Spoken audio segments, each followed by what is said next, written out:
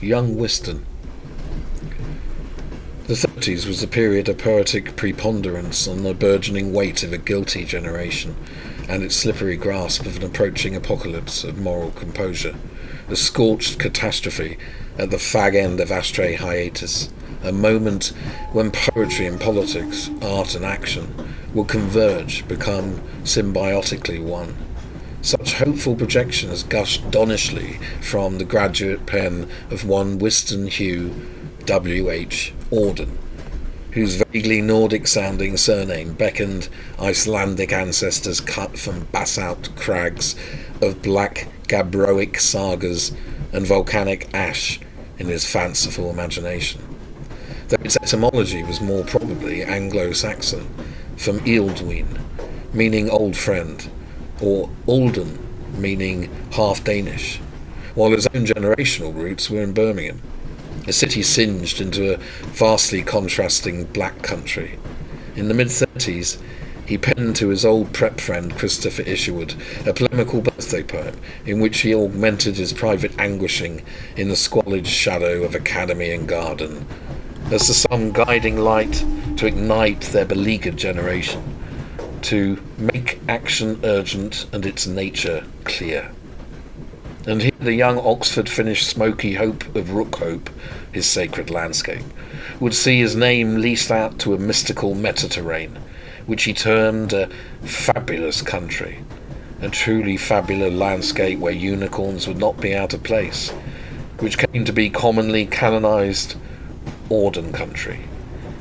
Actually more county, but a parabolic county of sunny uplands sprawled somewhere between the flat Midlands and crinkled home counties, or further flung Durham, or figuratively, between the idea and the reality, between the motion and the act, where falls the etiolated shadow, Eleotian night, of hollow realms shocked with reticent corn, of moral doubt, scorched conscience, indecision, Hamletic hesitation, and self-prickling cacti of sin preceding angst, skaldic bleakness bespeckling.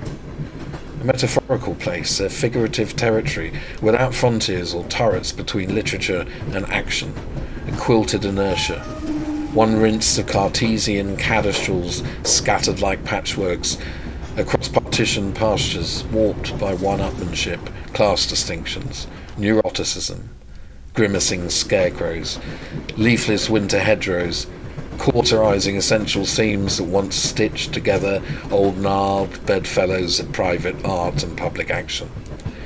Sprouted lustrous trees of self-expression, branching rich scrolling foliage of socialism, filigrees of fellowship, where now are only knuckled stumps, stubbled fields, overcast skies, bite of rosehip, and a simmering fascism of the shires.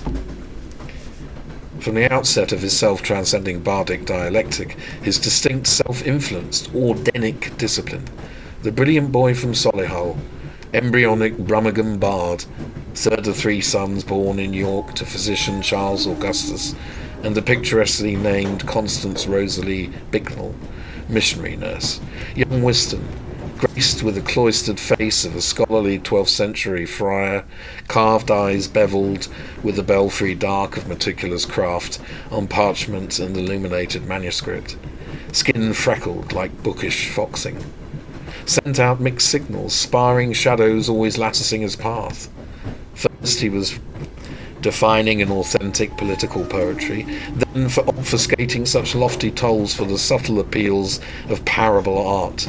But surely all art was parable.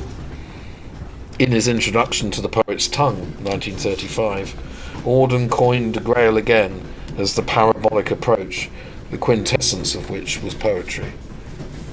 This parabolic poetry would teach us love, but not ideology, would bear us messages and paradigms, the sides ours to decide.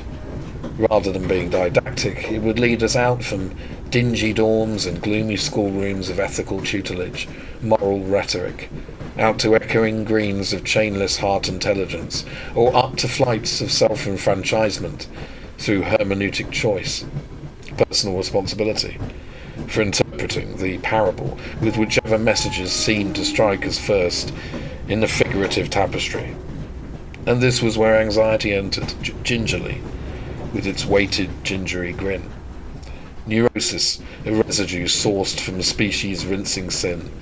The dizziness of freedom, chagrin of choice, the choking chain of impossible office, or whichever Kierkegaardian coinage one picked. Anxiety was the defining temperament of the time, in tandem with ennui, not only for the Audenites, but also their initial progenitors, Nottingham's flame-haired David Herbert D.H. Lawrence, and cat-like transatlantic catch Thomas Stearns T.S. Eliot, who had once admitted to himself that anxiety is the handmaid of creativity. Thunderstruck lightning charge of Damascene anticipation. Auden would augment his moment to a neurotic crescendo with the age of anxiety, a baroque eclogue, in Anglo-Saxon consonants. His definitive break from formative verses, first twist in the path away from young Wystan, through blue smoke and murky cocktails, to chunky onyx ashtrays and wrinkled skin, a pickled walnut in Manhattan.